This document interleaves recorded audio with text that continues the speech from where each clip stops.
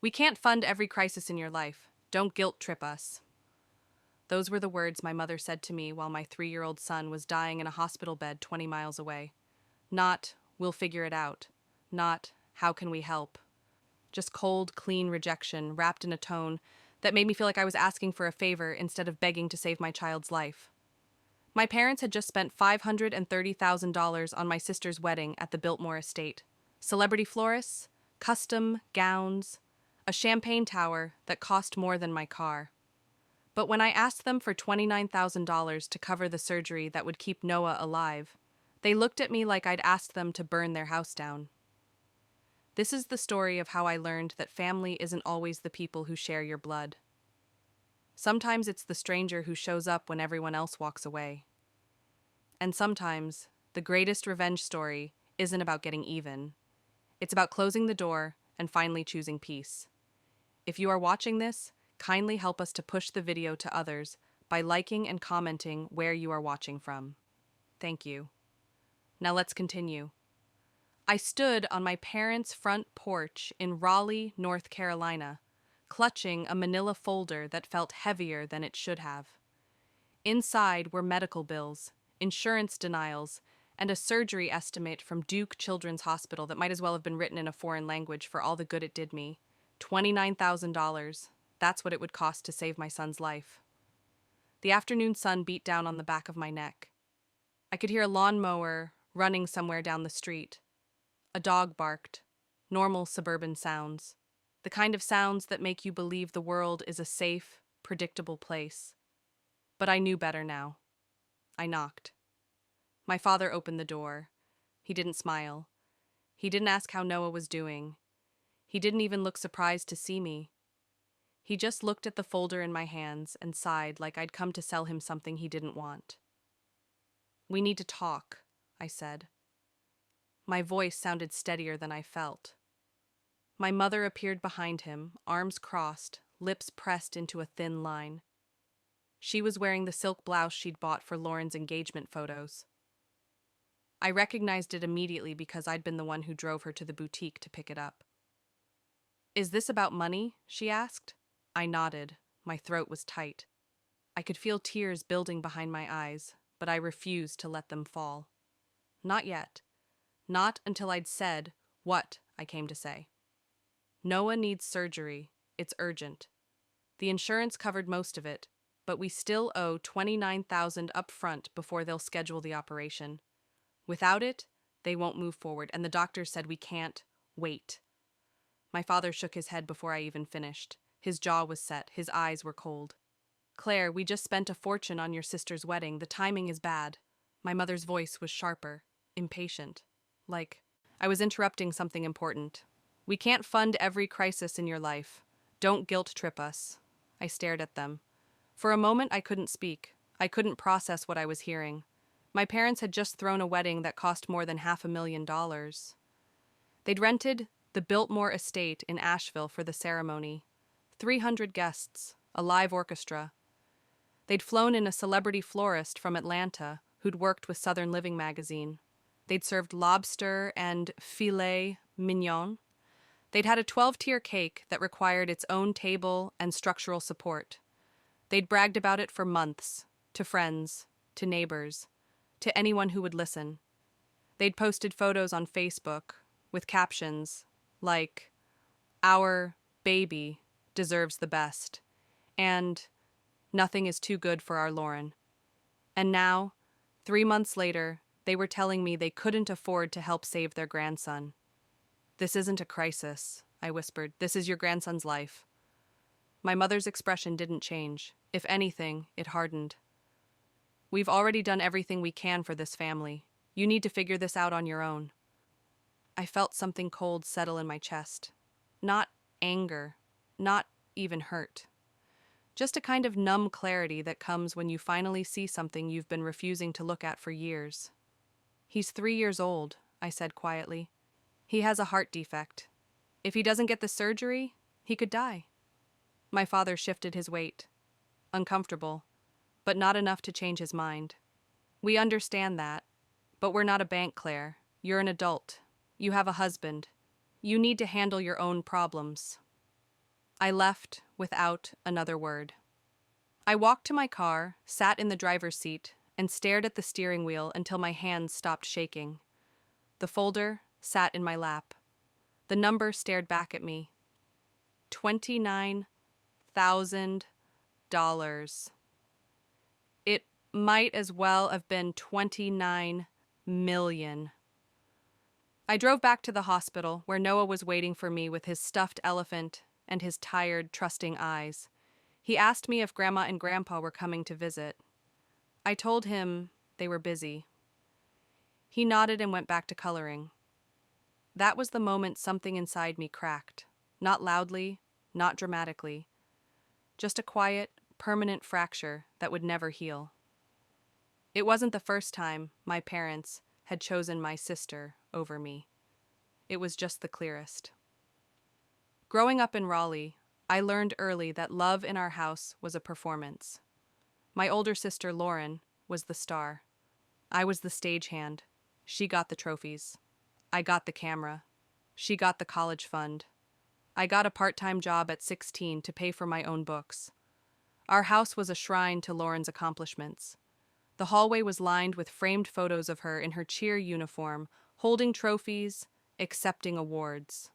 My mother kept every ribbon, every certificate, every newspaper clipping that mentioned her name. They were organized in scrapbooks that took up an entire shelf in the living room. I had one photo on the wall, my kindergarten class picture. It hung in the hallway near the bathroom, where nobody really looked. I remember the night I won second place at the regional science fair. I was 14. I'd spent 3 months working on a project about water purification systems. I'd stayed up late, researching, building prototypes, redoing my presentation boards until they were perfect. When they announced my name, I felt a surge of pride so intense it made me dizzy. I came home excited, holding my ribbon like it was made of gold. My mother was in the kitchen, drilling Lauren on her cheer routine for tryouts the next day. The radio was blasting. Lauren was practicing her jumps in the middle of the floor. I stood in the doorway, waiting for someone to notice me. My father glanced up from his newspaper. "That's nice, Claire. Go put it somewhere safe." Lauren didn't even look at me. She was too busy perfecting her toe touch. I went to my room, pinned the ribbon to my corkboard, and told myself it didn't matter. I told myself that a lot back then. When they missed my high school graduation, because Lauren had an engagement party the same weekend. When they paid for Lauren's sorority dues at Chapel Hill, but told me I'd have to take out loans for my state school tuition. When they remodeled the house and gave Lauren the bigger bedroom because she needs the space for her wardrobe and all her pageant gowns. I survived by staying quiet, by not making waves, by convincing myself that if I was just patient enough, understanding enough, supportive enough, they'd eventually see me. They'd eventually realize I existed, that I mattered, that I deserved love that wasn't contingent on being useful or convenient. But they never did. And the worst part? I kept showing up anyway. I helped plan Lauren's college song bee party. I helped her move into her dorm. I helped her apply for internships. I edited her resume. I listened to her complain about professors and boyfriends and roommates. I showed up for every birthday, every holiday, every family dinner, even when I wasn't really included in the conversation. Because that's what invisible children do. We make ourselves useful. We convince ourselves that if we're helpful enough, indispensable enough, we'll finally earn the love we've been chasing our whole lives. I was 29 years old, married with a child of my own, before I realized that some people will never see you, no matter how loudly you scream. Some people have already decided who matters and who doesn't.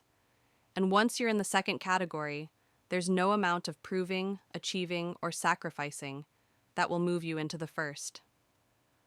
When Lauren got engaged, my parents acted like she'd won the lottery and cured cancer in the same day. My mother cried.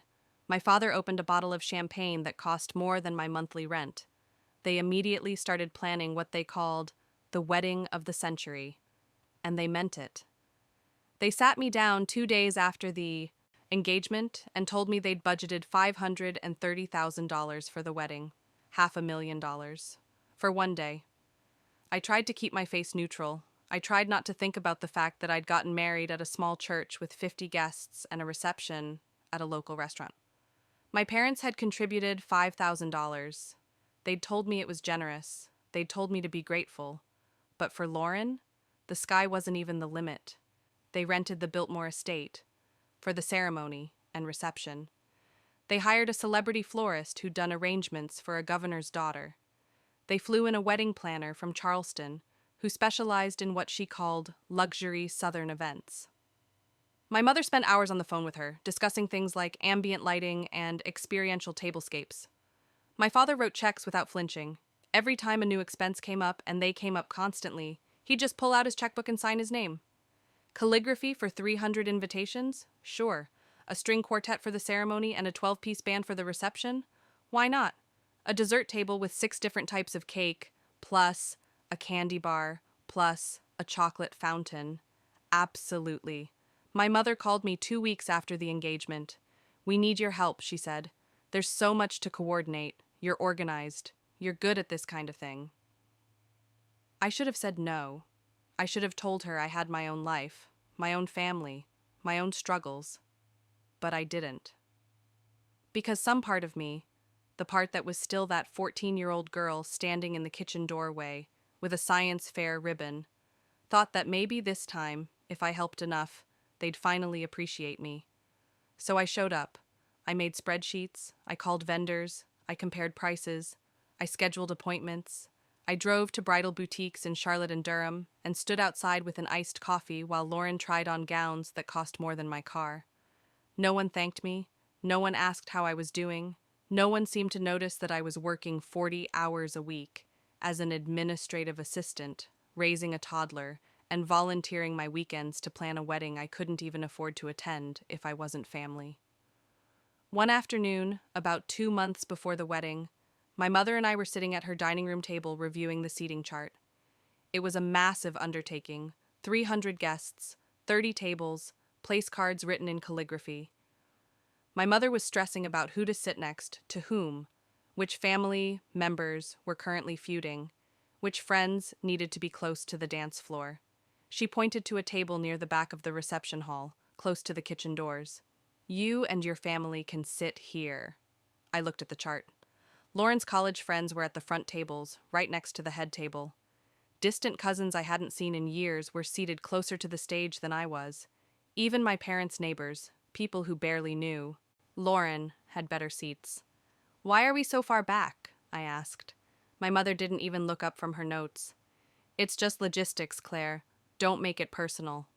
But it was personal. It had always been personal. I was the afterthought, the assistant, the person they called when they needed something but forgot the moment the task was done.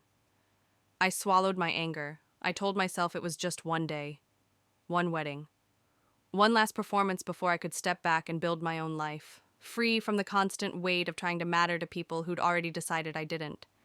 The wedding itself was beautiful. I'll give them that. The Biltmore estate glowed in the sunset. The flowers were stunning. Lauren looked like a princess. My parents beamed. They gave speeches about how proud they were, how much they loved her, how she'd always been their greatest joy. I sat at my table near the kitchen and clapped when I was supposed to. I smiled for photos. I danced with Noah when the band played a slow song. And I told myself I was fine. I didn't know then that I'd need their help sooner than I ever imagined.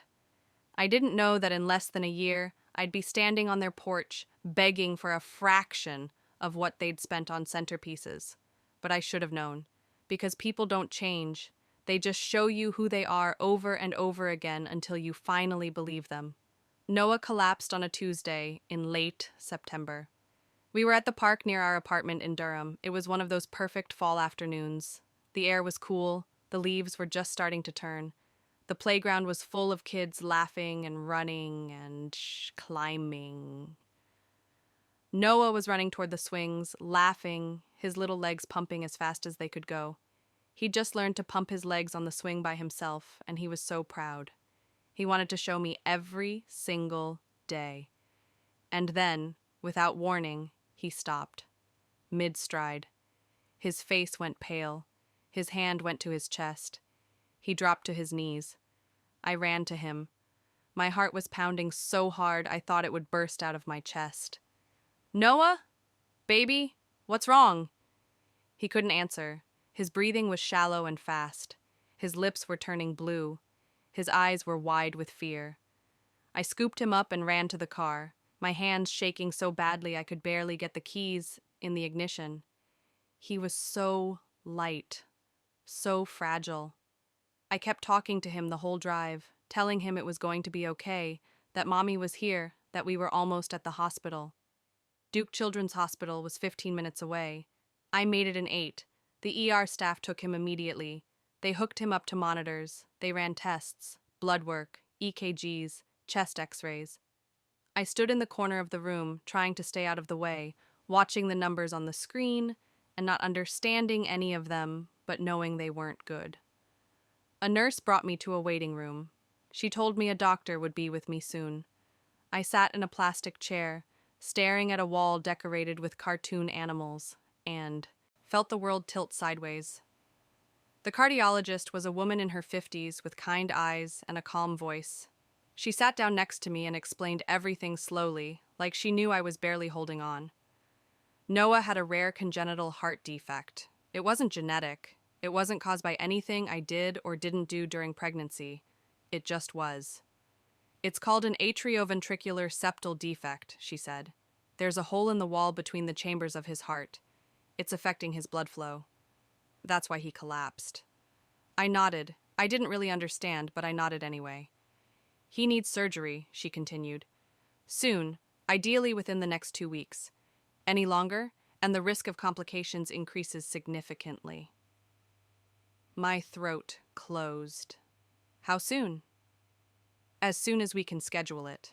We'll need to do more tests first, and we'll need to get pre-authorization from your insurance." I nodded again. "How much will it cost?" She handed me a folder. I opened it. There were pages and pages of medical codes and billing estimates. At the bottom of the first page, highlighted in yellow, was a number. $29,000. That was our portion. After insurance. After everything was said and done, we'd still owe $29,000. I stared at the number. It might as well have been $29 million. My husband and I had some savings. Not much. We'd been saving for a down payment on a house. We'd managed to scrape together about $12,000 over the past 3 years. We'd been so proud of that number. Now it wasn't even half of what we needed. The doctor squeezed my hand. "I know it's overwhelming. Our financial counselor can help you explore options, payment plans, medical credit. Sometimes there are charitable organizations that can help." I thanked her. I went back to Noah's room. He was asleep, his tiny chest rising and falling under a thin hospital blanket. I sat next to him and held his hand. I thought about my parents. I thought about the wedding. I thought about the $530,000 they'd spent on one day. One party. One celebration for a daughter who already had everything. And I picked up my phone. My hands were shaking. I scrolled to my mother's number. I stared at it for a full minute before I pressed call. She answered on the 3rd ring.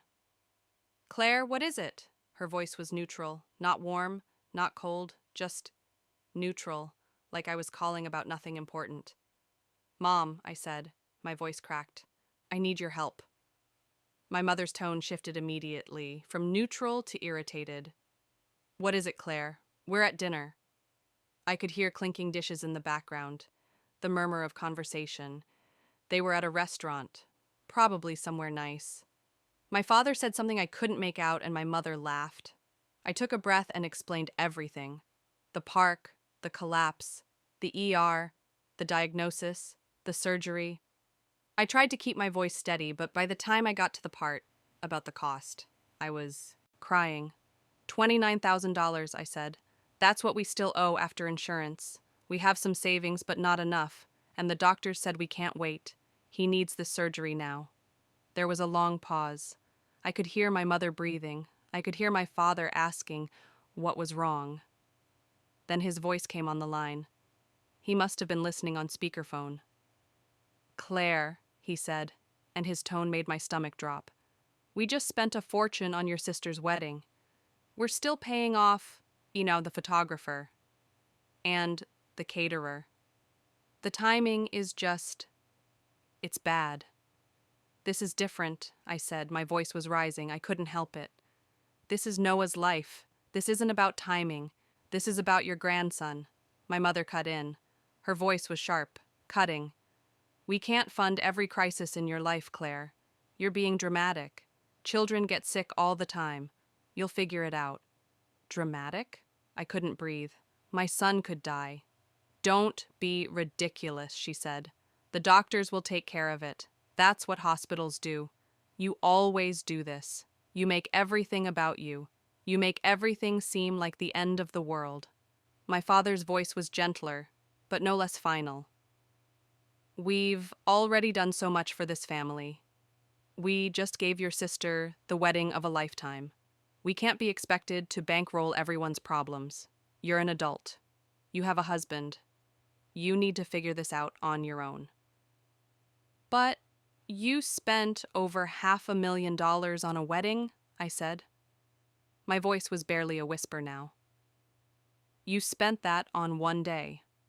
I'm asking for $29,000 to save your grandson's life." "That was different," my mother said. "That was a once-in-a-lifetime event. This is just life. Life happens. You deal with it." I hung up before they could say anything else. My thumb hit the red button so hard it hurt. I sat in the hospital stairwell, the fluorescent lights buzzing overhead, and cried until I couldn't breathe. My chest ached. My head pounded. I felt like I was drowning. I thought about calling them back. I thought about begging. I thought about showing up at their house and refusing to leave until they agreed to help. I thought about making a scene, about guilting them, about telling everyone we knew what they'd done. But I didn't. Because somewhere deep down, I already knew the truth. My parents didn't love me the way I needed them to. Maybe they never had. Maybe they never would. Maybe I'd spent my entire life chasing something that was never there to begin with. I wiped my face. I went back to Noah's room. He was awake now, watching cartoons on the small TV mounted to the wall. He looked so small in that hospital bed, so vulnerable.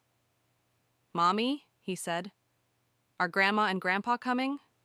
I forced a smile. "Not today, baby. They're busy."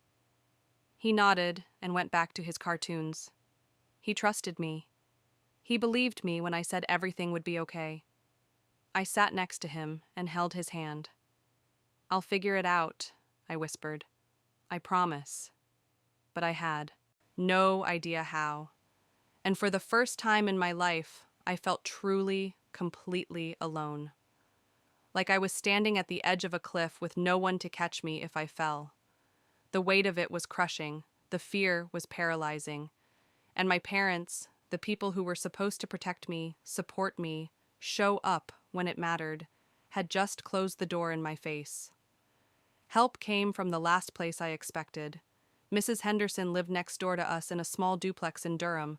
She was in her 70s, a widow who kept to herself, but always waved when she saw us. She had a garden full of tomatoes and herbs. She walked with a cane. She wore cardigans, even in summer. I'd helped her carry groceries a few times when I saw her struggling with bags. Noah liked her because she always had butterscotch candies in her pocket. She'd slip him one when we passed her on the sidewalk, and he'd light up like she'd given him a treasure. The night after my parents refused to help, I couldn't sleep. I sat on my front steps at 2 a.m, staring at nothing. The street was quiet. The air was cold. I was wearing my husband's jacket because I'd run outside without thinking. I didn't hear Mrs. Henderson approach until she was standing right in front of me. "You're crying," she said. It wasn't a question. I nodded. I didn't have the energy to lie. I didn't have the energy to pretend I was fine. I was so tired of pretending. She sat down next to me with a soft grunt. Her cane clattered against the concrete. "Tell me," she said. So I did. I told her everything: the diagnosis, the surgery, the cost, my parents' refusal. The words poured out of me like water from a broken dam. By the time I finished, my voice was barely a whisper. Mrs. Henderson didn't say anything for a long time. She just sat there, looking at the empty street, her hands folded over the top of her cane. Then she stood up, slowly, and went inside her house. I heard her front door close. I figured she'd gone to bed. I didn't blame her. It was late. She'd done her neighborly duty by listening. That was more than my own parents had done. But a few minutes later, she came back. She was carrying a checkbook. She sat down, clicked her pen, and wrote a check. She tore it out carefully and handed it to me. $29,000. I stared at it. The numbers didn't make sense. It was like looking at a foreign language. "I can't," I said. My voice shook. "This is too much. I can't take this from you." "You can," she said. Her voice was firm, strong. "And you will. That boy needs surgery. You're going to give him that surgery." End of discussion. I started crying again, but this time it wasn't from despair. It was from something I hadn't felt in so long I'd almost forgotten what it was called. Relief, gratitude, hope. Mrs. Henderson squeezed my hand. Her skin was paper thin and warm. "Your parents won't help you, but I will. Because that's what people do when they actually care about someone. They show up. They don't make excuses. They don't calculate costs. They just help."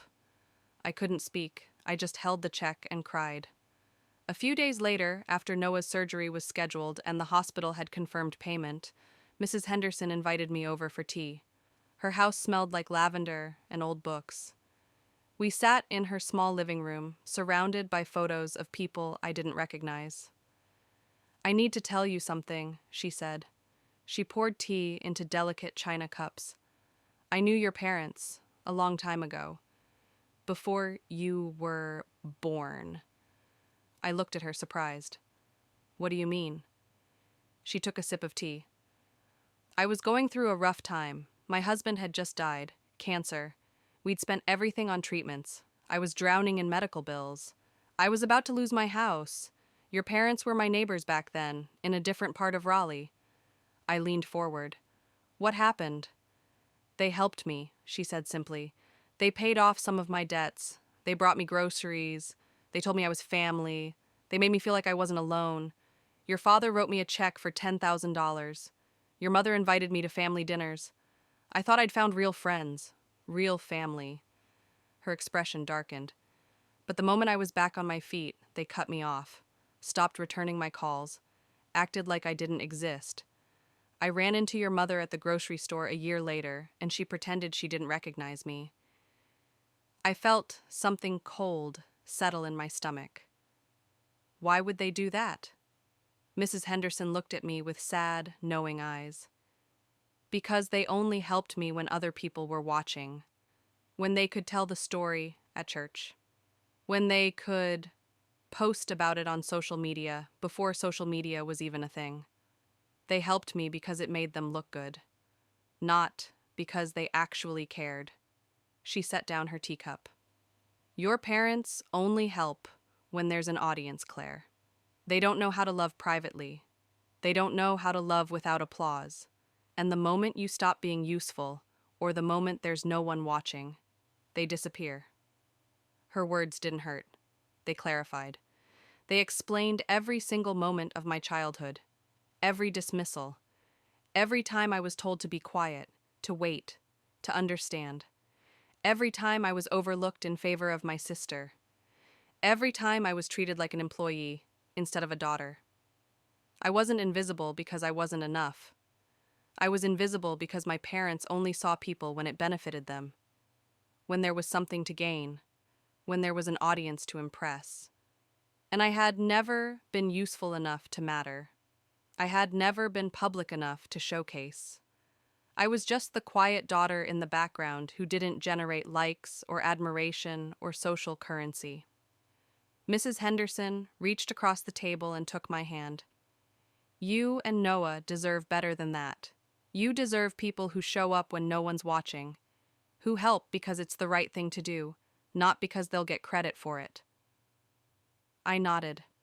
For the first time in my life, I felt seen, truly seen, not by the people who were supposed to see me, but by a woman who owed me nothing and gave me everything. That's when I understood what real family looked like. And it had nothing to do with blood. Noah's surgery was a success.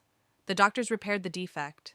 They told us he'd need regular checkups for the rest of his life, but the prognosis was excellent. He'd live a full, normal life. He'd be able to run and play and do everything other kids did. I cried when they told me. Not sad tears. Not scared tears. Relieved ones. Grateful ones. The kind of tears that wash everything clean and leave you feeling lighter than you felt in years. We moved to Charlotte 6 months later. My husband got a job offer with a tech company that he couldn't refuse. Better pay, better benefits, better opportunities. I found work at a nonprofit that helped low-income families navigate the healthcare system. The irony wasn't lost on me. We bought a small house in a quiet neighborhood where people waved when they saw you, and kids played in the street until the streetlights came on. We had a backyard. Noah got a dog. We planted a garden. We built a life that was ours. Peaceful, stable, free from the chaos I'd grown up in. I didn't talk to my parents for 3 years. They didn't reach out either. Not once. Not a phone call. Not a text. Not even a Christmas card. It was like I'd never existed. Like Noah had never existed. I heard through relatives that Lauren's marriage was struggling, that she'd moved back in with my parents after less than 2 years, that my father had lost a significant amount of money in a bad investment, that they'd had to sell the beach house they'd bought as a family legacy. I didn't feel vindicated when I heard these things. I didn't feel smug or satisfied. I just felt distant, like I was hearing about strangers. People I used to know a long time ago but didn't really remember anymore. And then, one Saturday morning in early spring, there was a knock on my door. I wasn't expecting anyone. My husband was at the grocery store with Noah. I was in the kitchen, making coffee and planning out the week's meals. I opened the door without checking the peephole. My parents stood on my porch. They looked older, smaller. My mother's hair was grayer than I remembered. My father's shoulders were stooped. They both looked tired, worn down, like life had finally caught up to them. "Claire," my mother said. Her voice was softer than I'd ever heard it. Almost tentative. "We need to talk." I didn't invite them in. I just stood there, one hand on the doorframe, blocking the entrance to my home, to my peace, to the life I'd built without them. "What do you want?" My voice was calm, neutral. I felt nothing looking at them. No anger, no hurt, just a kind of detached curiosity. My father shifted his weight. He looked down at his shoes. "Lauren left. She said we smothered her, that we gave her too much and expected too much in return, that we treated her like a trophy instead of a person. She doesn't talk to us anymore. She moved to California. She won't return our calls." My mother's eyes were red. She'd been crying. "We're in trouble, Claire. Financially, emotionally. We made some bad decisions. We lost money. We're losing the house. We don't have anyone else to turn to." I looked at them, really looked at them. I thought about the porch in Raleigh. I thought about the hospital stairwell. I thought about Noah's face when he woke up after surgery, alive and whole and safe, because a stranger cared more than his own grandparents did. I thought about all the times I'd begged for their attention, their approval, their love. All the times I'd made myself smaller so Lauren could shine brighter. All the years I'd spent convincing myself that if I was just good enough, patient enough, understanding enough, they'd finally see me. And I realized they'd never see me. Not really, because the Larry they'd never wanted to. You didn't help my son survive, I said quietly. Don't ask me to save you now. My mother flinched like I'd slapped her. Claire, please, we made mistakes. We know that. But we're still your parents. You can't just abandon us. I shook my head. No. You're the people who raised me. There's a difference. Parents show up when it matters. They put their children first. They help when their grandchild is dying. You did none of those things. My father opened his mouth to argue, but I held up my hand. You made your choices. You chose appearances over connection. You chose one daughter over the other. You chose a wedding over a life. Those were your choices.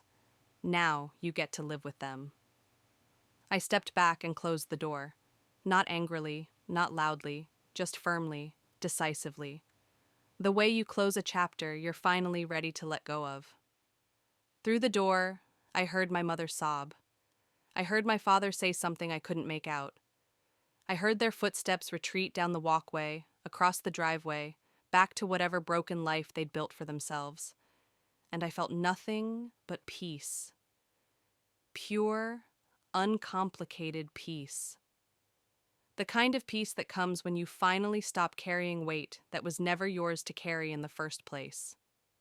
Noah called from the kitchen. Mom? Who was that? I walked back inside, closing the door behind me with a soft click.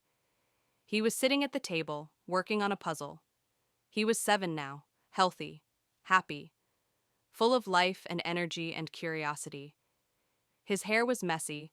His hands were sticky from the maple syrup he'd had with breakfast. He looked up at me with those wide, trusting eyes. Nobody important, I said.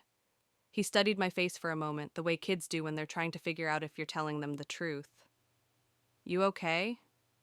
I smiled. A real smile. Not the forced ones I'd worn my whole childhood. Yeah, baby, I'm okay.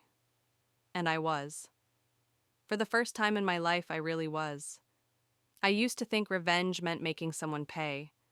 That it meant confrontation, exposure, public humiliation. That it had to be loud and dramatic and satisfying in the way movies make it look. I used to think that if I ever got the chance to tell my parents what they'd done to me, I'd scream, I'd cry, I'd make them feel every ounce of pain they'd caused. But I learned something better, something quieter, something that lasts longer than any dramatic confrontation ever could. Sometimes revenge is just refusing to carry someone else's weight. Sometimes it's choosing yourself over people who never chose you. Sometimes it's closing a door on people who taught you that love was conditional, that care had a price, that you only mattered when you were useful or convenient or reflected well on them. My parents built their entire lives around image, around performance, around a daughter who looked perfect in photographs and sounded impressive at dinner parties. They invested everything, emotionally, financially, socially, in Lorraine. She was their masterpiece, their greatest accomplishment, the child they could show off and feel proud of. And when that daughter left, when she finally got tired of being their showpiece and walked away, they realized they'd invested everything in the wrong child. Or maybe not the wrong child. Maybe just the only child who was willing to play the role they'd written for her. But by then, it was too late. Because I wasn't waiting anymore. I wasn't hoping. I wasn't trying to earn something I should have been given freely. I wasn't performing. I wasn't auditioning. I wasn't competing for affection that should have been mine by default. I built my own life. I found my own people. And when my parents finally came looking for the daughter they'd ignored, I did the kindest thing I could do for both of us. I let them go. People ask me sometimes if I regret it. Friends, coworkers, relatives who think blood should matter more than anything else. They ask if I wonder what would have happened if I'd let them back in, if I'd given them another chance, if I'd been the bigger person and forgiven them. I don't regret it. Not even a little. Because I know exactly what would have happened. They would have taken what they needed and disappeared again. They would have made promises they had no intention of keeping. They would have leaned on me until they were back on their feet. and then they would have gone back to forgetting I existed. They would have hurt Noah the way they hurt me, teaching him that love is something you earn and lose based on your usefulness. And I couldn't let that happen, because Noah deserved better.